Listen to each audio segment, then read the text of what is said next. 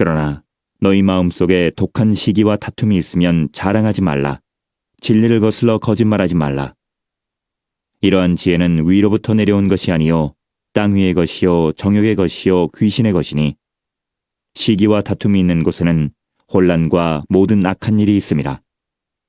오직 위로부터 난 지혜는 첫째 성결하고 다음에 화평하고 관용하고 양순하며 긍휼과 선한 열매가 가득하고 편견과 거짓이 없나니 화평하게 하는 자들은 화평으로 심어 의의 열매를 거두느니라.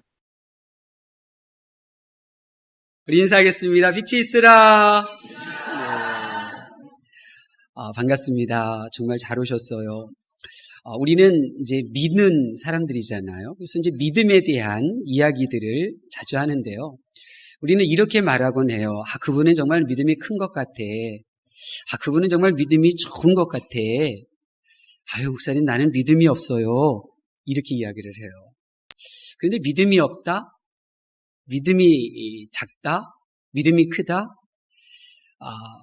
저는 그런 표현들을 그렇게 좋아하지를 않아요. 왜냐하면 우리 가운데 모든 사람들 중에 믿음이 없는 사람은 없어요. 믿음이 없는 사람은 없어요. 그런데 믿음이 잘하는 사람이 있고 믿음이 잘하지 않는 사람이 있는 거예요. 우리 가운데는 믿음이 큰 사람, 믿음이 작은 사람 그런 사람이 있는 게 아니라 믿음이 잘하고 있는 사람과 믿음이 정체되어서 잘하지 않는 사람 이렇게 있는 거예요. 이 믿음의 열매를 맺는 사람이 있고 그 믿음으로 줄기만 무성할 뿐이지 그의 삶 속에 아무런 열매가 맺지 못하는 사람 이렇게 나눠주는 거예요. 그래서 저는 개인적으로 믿음이 크다, 믿음이 작다 나 그런 말을 별로 좋아하지 않아요. 대부분 믿음이 크다, 믿음이 작다라는 말은 교회에서 일하고 사역하고 예배드리고 이렇게 할 때 믿음이 크다고 말하잖아요. 저는 그렇게 용어를 좋아하지를 않아요. 저는 오히려 저분은 어제보다 오늘 믿음이 더 잘하신 것 같아요. 저분은 작년에 볼 때하고 올해 볼 때 믿음이 더 커진 것 같아요. 성장한 것 같아요. 저는 이런 용어를 더 좋아해요. 믿음은 크기의 문제가 아니라요. 잘하는 거예요. 정말 하나님께서 우리에게 주신 믿음은 다 똑같아요.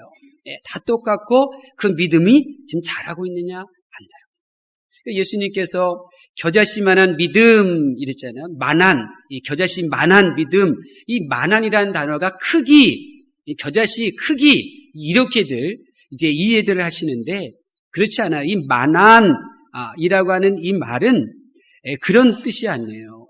그런 뜻이 아니에요. 오히려 겨자씨 같은 이런 뜻으로 해석을 해요. 다시 말하면 겨자씨가 어떤 거냐면 볼펜심으로 종이 찍었을 때 점 크기만큼 작은 씨앗이거든요. 근데 이 씨앗이 땅속에 묻혀서 성장하게 되면 새들도 깃드는 나무가 되는 거예요. 그러니까 믿음이라고 하는 것은 이 겨자씨처럼 자라는 게 믿음이에요. 그러니까 하나님께서는 저와 여러분에게 이 잘하는 믿음을 허락해 주신 거예요. 잘할 수 있도록 하나님께서 은혜 주시고 또 잘할 수 있도록 우리 교회로 불러 모아주셔서 성도들의 섬김, 성도들의 사랑, 성도들의 보살핌, 양육 이런 것을 받는 거예요. 믿음은 잘하는 거예요. 잘하는 거예요. 그러니까 믿음은 잘하는 거네. 믿음은 잘하는 거네. 내가 오늘 주일 예배 드렸으니까 나는 믿음이 큰 사람이야. 그런 시각이 아니라 믿음은 절대적으로 하나님과 본인과의 관계이고 본인이 그리스도의 장성한 분량까지 자라가는 것이 진짜 믿음이라는 거예요. 부디 오늘 말씀드릴 때 이 말씀이 여러분의 영의 양식이 돼서 여러분의 믿음이 자라는 은혜 시간이 되시기를 예수님의 이름으로 축원합니다. 이런 구약은 39권이에요. 신약은 27권이죠. 그러니까 구약은 26명의 사람들이 1000년에 걸쳐서 1000년 동안 26명의 사람들이 구약 성경을 기록했고 신약 성경은 이 100년 동안 이 8명, 9명의 사람들이 이 신약 성경을 기록했어요. 그러니까 다양한 저자가 정말 오랜 시간에 걸쳐서 다른 그러한 상황 속에서 완성된 책이 이 성경책이에요. 그런데 한 사람이 젖을 한 것처럼 그 중심 주제가 있어요. 그러니까 기적이에요. 그러니까 신기한 거예요. 우리는 그것이 바로 성령 하나님께서 저자이다. 우리는 이렇게 이제 믿음으로 고백하는 거죠. 근데 특별히 성경을 달달달달 외울 정도의 훈련을 받은 사람이 있었어요.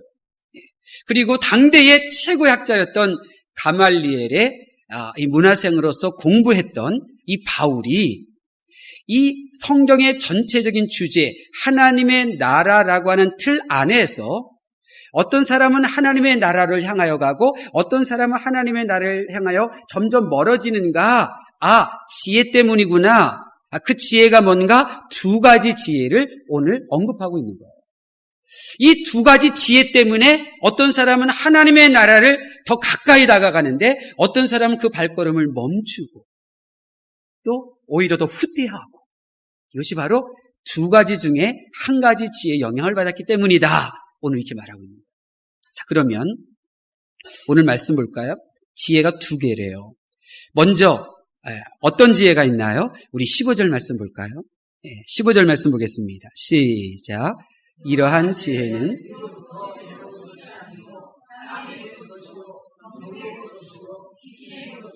아멘. 땅의 지혜가 있대요. 땅의 지혜. 땅 위의 것, 정욕의 것, 귀신의 것인 지혜가 있다는 거예요. 왜 땅의 지혜냐? 사람에게서 난 지혜거든요. 근데 사람은 흙에서 지음받은 땅에 머무는 존재예요. 그래서 땅 위의 것이에요. 근데 사람은 죄인이란 말이에요. 죄인은 정욕을 채워요. 정욕을 채우는 게 죄인이에요. 그래서 정욕의 지혜다. 근데 죄인은 공중권세 잡은 마귀의 종이잖아요. 마귀에게 속했어요. 그래서 그것은 귀신의 지혜, 마귀의 지혜다. 이렇게 말하는 거예요. 이 세상에는 수많은 사람들이 살고 있지만은 이 땅 위에 지혜, 정욕의 지혜, 귀신인 마귀의 지혜에 도움을 받으며 살려고 하는 사람들이 많이 있어요.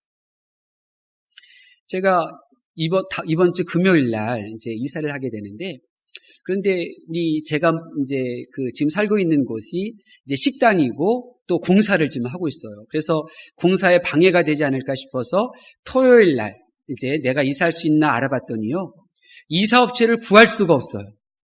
왜 이사업체를 구할 수 없느냐면 금요일, 토요일이 손 없는 날이래요. 그래가지고 그 날짜도 이제 내가 이사 갈지 주인이 정한 날짜이니까 이제 그냥 따라줬는데 알아보니까 손 없는 날이라는. 그러니까 이름도 역술가예요. 그러니까 한 달 30일 가운데 아무 때나 나는 이사할 수 있는데 사람들은 이 나라 아니면 안 돼. 이렇게 매여서 살아요. 이게 땅의 지혜, 귀신의 지혜, 정욕의 지혜에 영향을 받는 사람들이에요. 그래서 도움을 받는 사람. 정욕을 채우기 위해서 살죠. 안목의 정욕, 이생의 자랑을 추구하면서 사람들이 살아요. 선거철만 되면요, 이제 내년에 선거인가요? 점쟁이 집이 불이 날 정도예요.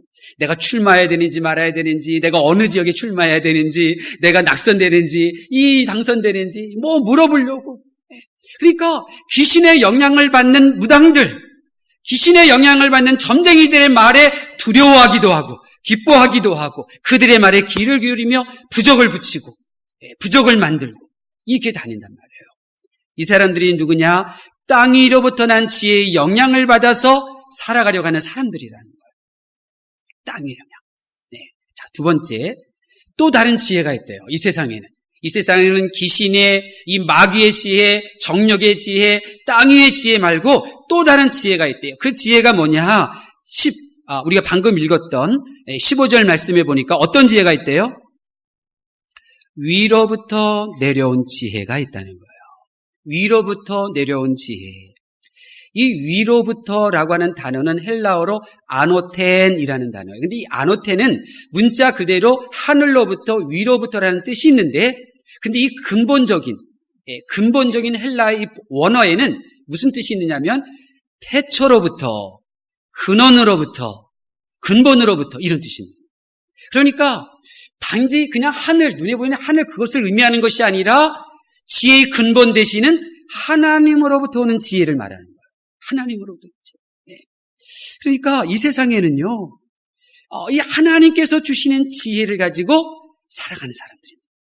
하나님께서 주시는 지혜를 가지고 살아가고 싶어하는 사람들이 이 세상에 있다는 거예요. 다니엘의 세 친구가 그런 사람이었어요. 이 다니엘과 세 친구 10대 시절에 나라가 망했어요. 포로로 잡혀갔어요. 이 포로로 잡혀간다는 건요, 비참한 거예요. 짐승 취급받는 거예요. 사람 취급받지 못해요. 그런 생활 겪다가 이 젊은이들, 각 족속 가운데 끌려왔던 이 젊은이들 가운데 또 경쟁 가운데 던져졌어요. 그때 하나님께서 이 다니엘과 이 세 명의 친구에게 행하신 일이 있어요. 다니엘 1장 17절 말씀이에요. 하나님이 내 소년에게 학문을 주시고 모든 서적을 깨닫게 하시고 지혜를 주셨으니. 여러분, 이 세상에는요, 하나님께서 주신 지혜가 있어요. 그러니까 다니엘은 어떤 사람이냐? 다니엘은 이 10대 시절에 하나님께서 주시는 지혜가 있었던 사람이구나. 여러분들이 이 성경을 보면서 이것을 깨달으셔야 여러분의 자녀들을 어떻게 축복하며 기도해요? 하나님, 이 어린 자녀에게 하나님께서 주시는 지혜를 주세요. 하나님께서 주시는 지혜로 살아가게 해주세요. 기도 내용이 달라져요. 기도 내용이 달라져요. 하나님께서 주시는 지혜를 가지고 사는 사람들이 이 세상에 있어요. 돈이 많으면 편리해요. 돈이 많으면 편리해요. 그런데요, 하나님께서 주시는 지혜가 있는 사람은요, 내 생명을 지켜내고요, 하나님께서 내게 주신 그 복을 지켜낼 줄 알아요. 하나님께서 주신 지혜가 있는 사람은 그 작은 복을 간수할 뿐만 아니라 점점 크게 만드는 이런 삶을 사는 거예요. 하나님께서 주신 지혜예요. 네. 여러분은 이 세상에 이 귀신의 지혜, 정욕의 지혜, 땅의 지혜가 있고 반면에 전능하신 하나님께서 주시는 지혜가 있구나. 이 사실을 여러분이 보실 수 있기를 바라요. 자, 두 번째로, 그러면 나는 어떤 사람이냐는 거예요. 나는 어떤 사람이냐는 거예요. 네. 이렇게 이 세상에는 이 두 가지 지혜의 영향을 받고 살아가는 사람들로 나뉘어지고 있는데, 하나님을 믿고 있다고 하는 나는 과연 하늘에서 하나님이 주신 지혜로 살아가는 사람이냐, 하나님을 믿음에도 불구하고 이 정욕의 지혜, 땅 위의 지혜에 영향을 받아서 살아가는 사람이냐, 하나님께서 질문 던지시는 거예요. 볼까요? 나는 어떤 사람인가? 특징이 있어요. 먼저 14절 말씀 볼까요? 14절 말씀 보겠습니다. 시작. 그러나 너희 마음속에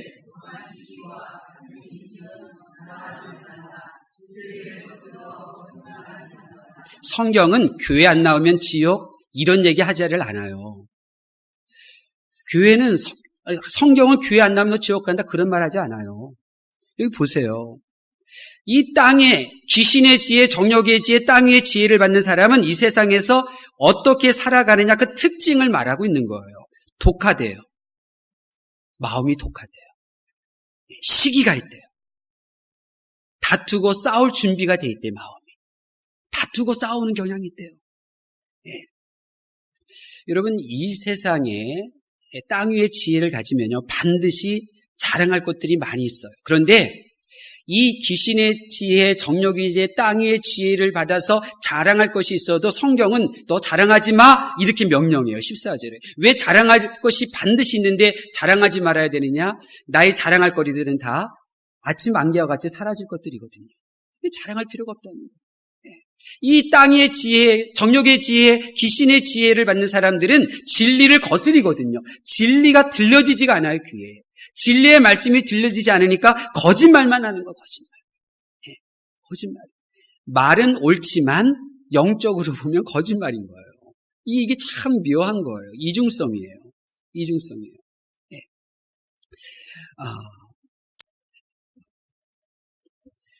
제가 이번에 휴가 갔었잖아요. 휴가 갔었어요.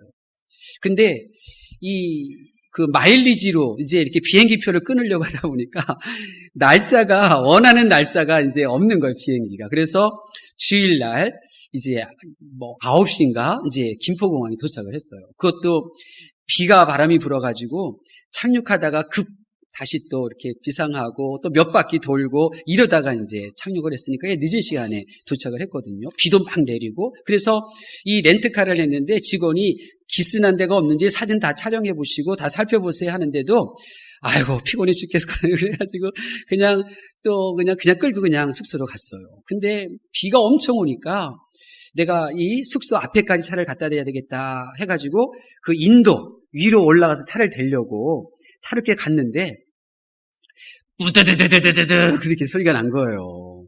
그냥 비는 많이 내리지, 깜깜하지, 또 차는 익숙하지도 않지. 근데 이제 인도가 이제 이렇게 차가 올라갈 수 있게끔 턱을 낮추게 해놓은 줄 알고 했는데 그게 아니었어요. 그래서 부드드드 하는 소리가 난 거예요. 어떻게 해요? 그래서 이제 할 수 없이 이제 차 다시 주차장에 멀리 대고 걸어가지고 이제 갔어요. 근데 다음날 비 내릴 때 아침에 나가서 우산 쓰고 보니까 타이어 휠이 기스가 왕창 절반이 나 있고요. 앞 범퍼가 검은 거 있으면서 딱 기스가 이렇게 확 벗겨져 있는 거예요.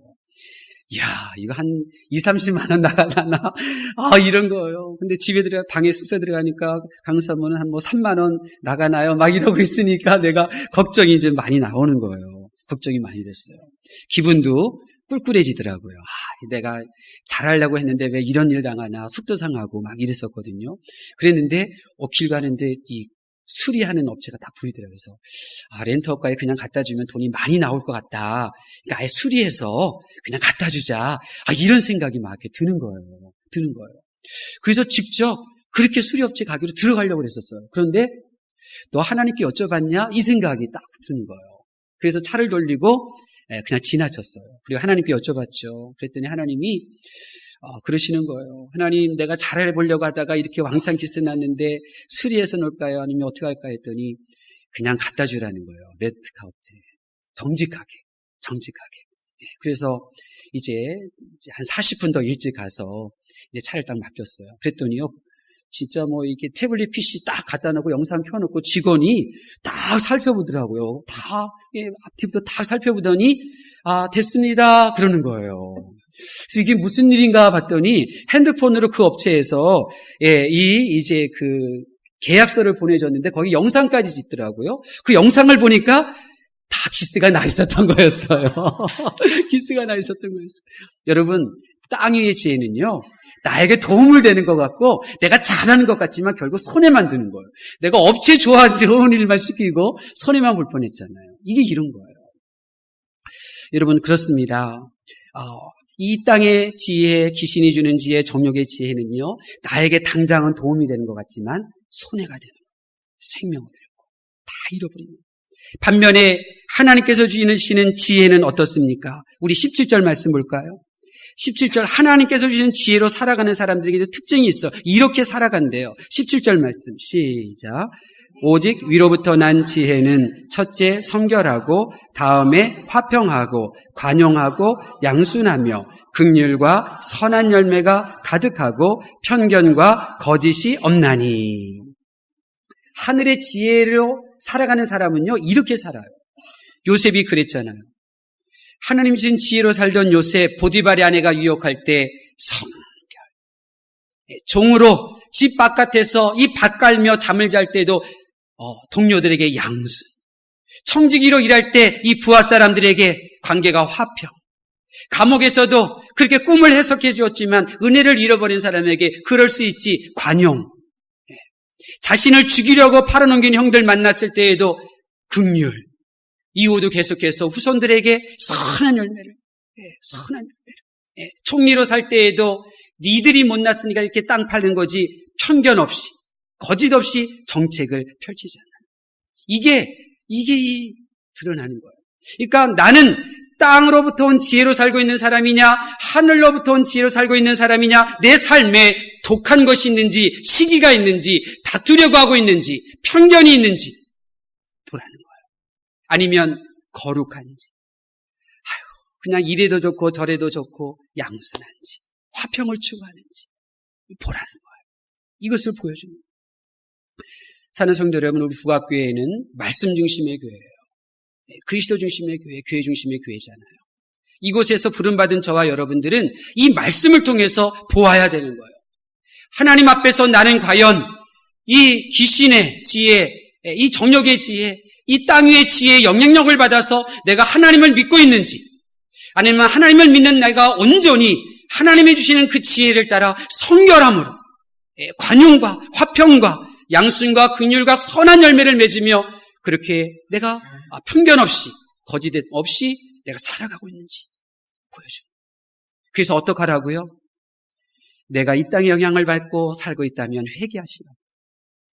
내가 하나님이 주시는 지혜로 거룩하게 양순, 온유하게 그렇게 살고 있다면 기뻐하고 그것을 더 하나님께 영광 올려드리며 더 하나님께 가까이 나가라고요. 이 부학기로 불러주신 거예요. 하나님의 말씀을 경청하는 성도 여러분, 저는 여러분에게 묻고 싶습니다. 여러분은 지금 어디로부터 오는 지혜의 도움을 받으며 살고 계십니까? 여러분은 앞으로 어디로부터 오는 그 지혜의 도움을 받으며 살려고 하십니까? 이 땅의 지혜, 정욕의 지혜, 귀신, 이 마귀로부터 오는 지혜의 도움을 받으며 살 수 있어요. 그러나 그러한 삶은 오늘 말씀과 같이 마음이 독해져요. 사랑은 식어지고 싸우고 싶어하고 싸우려고 하고 온갖 그래서 혼란이 있고 16절 말씀과 같이 악한 일들, 악한 죄들이 점점 많아지는 이러한 인생이 되고 마는 거예요. 그러나 하늘로부터 오는 지혜로 사는 사람은 17절에 있는 말씀과 같이 18절에 있는 말씀과 같이 화평으로 심어 의의 열매를 맺는. 그래서 정태성 원로 목사님이 말씀하신 것처럼 만나면 반갑고 헤어지면 보고 싶은 그런 관계가 되는 거예요. 부디 오늘 이 시간 우리 결단하여 내가 하나님께서 주시는 지혜로 살겠다. 한번 따라해 볼까요? 주님, 제게 하나님이 주시는 지혜를 허락해 주시옵소서. 내가 하나님께서 주신 지혜로 살련다. 이 말씀하십니다. 그러기 위해서는 솔로몬과 같이요, 목적을 가지셔야 돼요. 솔로몬이 다윗의 뒤를 이어 왕위가 되었을 때 자기 자신을 봤어요. 나에게는 군사도 있고 신하도 있고 다스릴 땅도 백성들도 있는데 내게 없는 것이 뭘까? 지혜가 없구나. 그래서 그는 예배를 드리잖아요. 하나님, 내가 지혜가 없네요. 내가 예배를 드립니다. 지혜 있는 사람이 되게 해주세요. 예배 드리잖아요. 예배를 드릴 때 내가 없는 것 채워주세요. 기도하잖아요. 결국 그는 예배를 통해서 지혜 없는 사람이 지혜 있는 사람이 된 거예요. 우리도 이래야 돼요. 하나님께서 주시는 지혜로 살련다. 이 마음 품고 하나님, 제게 지혜 주시오. 내가 지혜 없는 자가 이제 하나님께 예배드리고 또 예배드림을 통하여 내가 지혜 있는 자가 되어서 하나님이 주신 복 간수하게 하시고 그 복 키워나가게 하시고 그리고 다른 사람도 살리는 하나님의 사람 되게 해주세요. 그렇게 되게 하실 줄로 믿습니다. 기도합니다. 하나님께서 사랑하시는 가족 여러분, 하나님께서는 땅의 지혜, 정욕과 귀신의 지혜로 살아가는 우리를 불쌍히 여기시고 예수님을 십자가에 못 박이심으로 우리의 모든 독함과 다툼과 모든 죄악들을 다 씻겨 주셨습니다. 이제 하늘의 복을 받을 수 있는 기회가 여러분 앞에 있으니 날마다 회개하고 하나님의 지혜로 사실 수 있기를 바랍니다. 여러분의 몸과 마음과 영이 풍성해질 줄로 믿습니다. 모든 불편함과 아픔과 공허함이 떠나가게 될 줄로 믿습니다. 여호와는 내게 복을 주시고 너를 지키시기를 원하며 여호와는 그 얼굴로 내게 비치사 은혜 베푸시기를 원하며 여호와는 그 얼굴을 내게로 향하여 드사 평강 주시기를 원하노라. 아멘.